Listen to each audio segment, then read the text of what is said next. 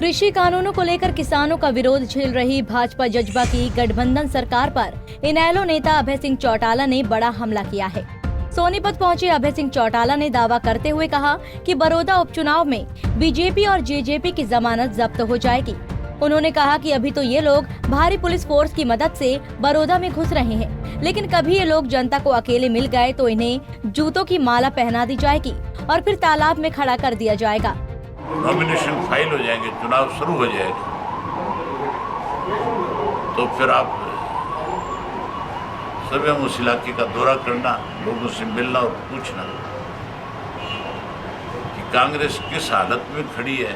BJP और JJP की जमानत नहीं बचेगी, इनकी जमानत जब्त हो। ये जो लोग आज 150, 200 पुलिस के लोगों को साथ ले जाकर के गांव में दहशत फैला रहे हैं, अगर ये अकेले कहीं मिल गए लोगों को तो लोग इनके जूतों की तो माला डालेंगे, जोड़ में ले जाके खड़ा कर देंगे।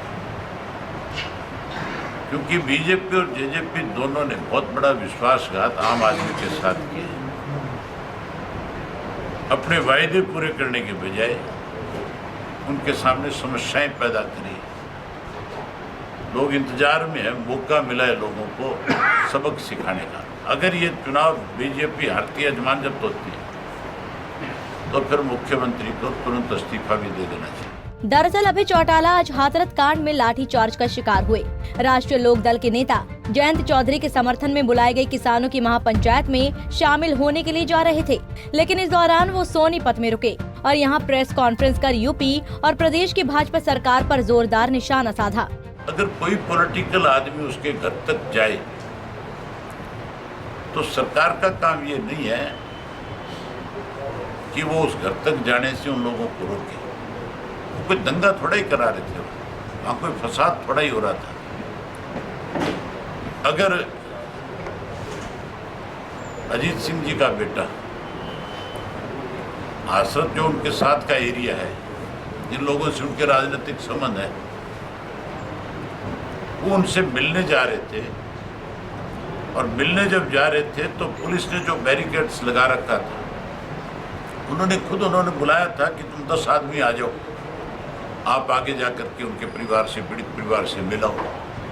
राहुल गांधी को तो मिलने की इजाज़त दे दी और उनको रोक दिया गया। रोका भी नहीं, उनको अंदर बुला करके और फिर उनके ऊपर लाठीचार्ज किया और लाठियां मार के, मतलब इस तरह से लाठियां मार रहे थे जैसे कोई पशु को पीट रहे हो।